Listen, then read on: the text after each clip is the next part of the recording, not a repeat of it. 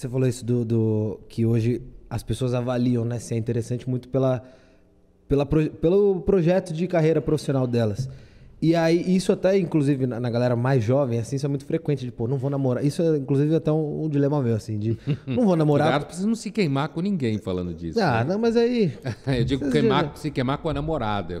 Não, mas já não tem. Tá bom. Assim, pô, por que eu vou, talvez, dividir a minha energia aqui no relacionamento se hoje eu tô focado em construir um plano de carreira?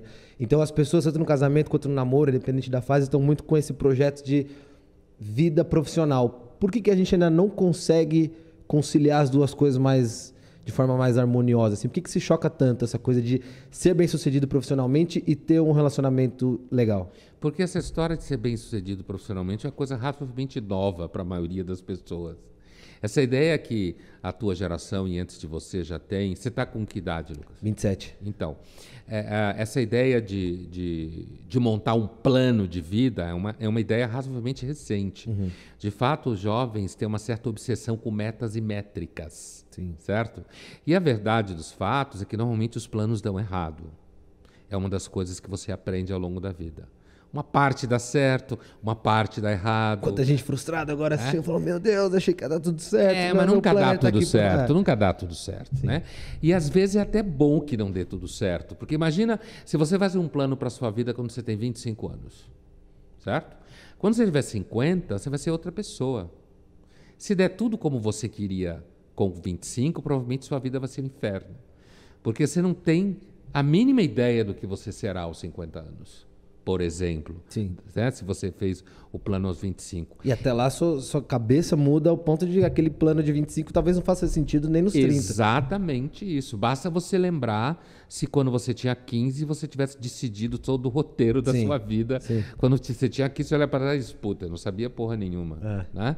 Agora, é claro que hoje tem uma dificuldade especial porque como muita gente tem plano de carreira, tanto meninos quanto meninas, e a carreira é alguma coisa mais segura de você investir, o retorno, apesar de não ser garantido, você sente que tem as variáveis mais na sua mão.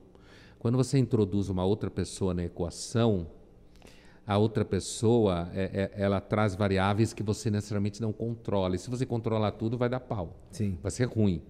Então, muita gente entende, isso já é descrito, por exemplo, no livro do Zygmunt Bauman, de 2003, vê que é quase 20 anos, né? Isso que eu estou dizendo aqui.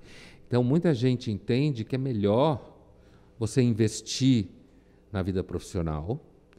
Se você se der bem, seguramente você vai ter sexo, certo? É muito mais fácil. Você vai ter amigos, você vai viajar. E aí Aí o que se pensa é assim, quando eu estiver lá pelos 35, eu penso nisso. Aí quem sabe eu vou casar, quem sabe ter um filho. Não fala que isso é ruim, pelo amor de Deus, né? que é isso que está na minha cabeça. Não fala que isso é ruim, pelo amor de Deus. Não, eu não estou dizendo que isso é ruim, eu só estou lendo os seus pensamentos. Sim. Na verdade, não estou lendo pensamento porra nenhuma, só porque isso é estatístico. Sim. Certo?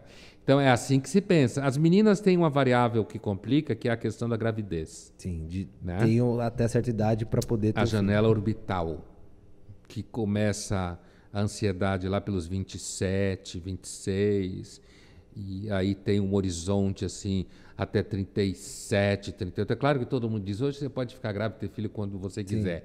É mentira. Certo? Você não pode, se for mãe aos 45 anos, fora aquela matéria que aparece no site, não sei do que, ou na novela da Globo, se tem filho com 45 anos sozinha, vai ser foda. Primeiro porque o moleque não vai dormir de noite e você não vai ter saúde, certo? Quanto mais jovem se é, biologicamente é mais fácil se ser pai e mãe. Quanto mais, claro, não estou falando com 15 anos de idade, como era antigamente. Né? Então, as meninas têm essa ansiedade maior do que os meninos, porque elas têm o problema da gravidez e o problema de você resolver isso antes da menopausa. É claro que a menopausa é no final dos 40 anos, mas se você empurrar muito com essa coisa, não, pode ter filho com 50, com 49, não pode não. Poder até pode, tecnicamente, mas vai ser um mau negócio. Mas isso que você está planejando é a ideia geral hoje, né? Sim, tô na média aí com a galera. Você tá na estatística. É legal você falar que a gente foca na carreira porque depende muito mais da gente e talvez no relacionamento você já fica muito mais à mercê do outro. Aí é um conflito. E da carreira do outro. E da carreira do outro, da vontade do outro, que se o outro tem vontade de ter carreira também, né? Que tem muito isso. E aí entre esse conflito também de paixão e razão, assim, a razão é muito mais comigo e a paixão depende muito mais de um outro elemento. Ou às vezes a gente se engana, por exemplo, uma pessoa que é completamente focada no trabalho, dedicada, workaholic e tal, às vezes ela tá achando que ela é completamente racional e nem sempre é isso. Ela pode estar trabalhando puramente por emoção. Sem a gente dúvida. pode se apaixonar pelo nosso trabalho e claro, ter zero esse razão é o nisso. workaholic, né? Tem pessoas que a vida é só o trabalho. É claro que você trabalhar no que você gosta, você ter paixão pelo que você faz, é muito bom. E normalmente, dependendo do que você faz, atrai dinheiro, né? Porque dinheiro você não pode nem tratar muito mal, nem tem que babar muito em cima dele. Então, quando você faz o que você gosta, a chance, e se for uma atividade que dá para agregar valor econômico, você normalmente dá mais certo do que se você odeia o que você faz. E hoje em dia a gente passa a maior parte do tempo trabalhando, né? Normal que se procure um trabalho que esteja vinculado a alguma forma de tesão. Sim. Né? Eu acho que é racional pensar assim, me parece. Agora, é claro que paixão, você sabe, paixão, a palavra pathos do grego, da onde vem a palavra paixão, é a mesma palavra que dá na palavra patologia, estudo dos processos mórbidos em medicina. Pathos do grego, paixão é uma forma, é uma situação em que você fica de fato dependente de uma variável externa. Pode ser um vírus, ou pode ser uma pessoa pela qual você se apaixona. E aí você tem mais dificuldade de ser racional. Eu faço agora deu uma pausa assim, mas eu fazia muito um quadro no Instagram, que era uma live chamada Terapia Coletiva. Então eu sempre estava convidando algum psicanalista e tal, e a galera mandava pergunta e a gente falava sobre autossabotagem, sobre relacionamento e tal. E uma das coisas um dos temas que mais falavam e pediam pra gente falar sobre era a dependência emocional. Parece que cada vez mais isso existe. Isso vem de uma angústia, de uma solidão nossa, ou isso sempre existiu e agora está mudando de forma. A gente se parece cada vez mais dependente de tudo, né? De tecnologia, de pessoas, de relacionamento. De tecnologia a gente porque a tecnologia é a gramática do mundo capitalista contemporâneo. Então, todo mundo é dependente da tecnologia, em maior ou menor grau. É claro que as gerações que estão aí com 15, 16 anos provavelmente vai ter uma adição a celulares e tecnologia ainda pior do que quem tem 30 anos agora. Sim. Agora, veja bem, dependência emocional é uma característica da natureza humana. A gente depende emocionalmente de uma série de coisas. Vamos ficar só no âmbito das pessoas. Sim. Você depende da sua mãe, você depende do seu pai, você depende de irmãos, se você tem ou não, você depende de colegas na escola, você depende de professor, você depende de vizinhos, se você... Então, a relação humana é uma relação de dependência. O que eu acho que existe hoje, Lucas, o que eu acho é que existe hoje um maior medo de se perceber dependente.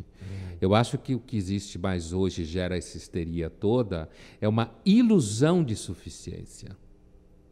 Daí, essa paura toda, esse medo todo, quando você se descobre dependente emocionalmente. E aí tem um monte de, sei lá, de gente que faz autoajuda por aí, coach, o cacete, que fica dizendo para você que você vai conseguir ser uma pessoa que não desenvolva dependência emocional. Dependência emocional é você se apaixonar, é você precisar de afeto, você precisar de alguém que cuide de você.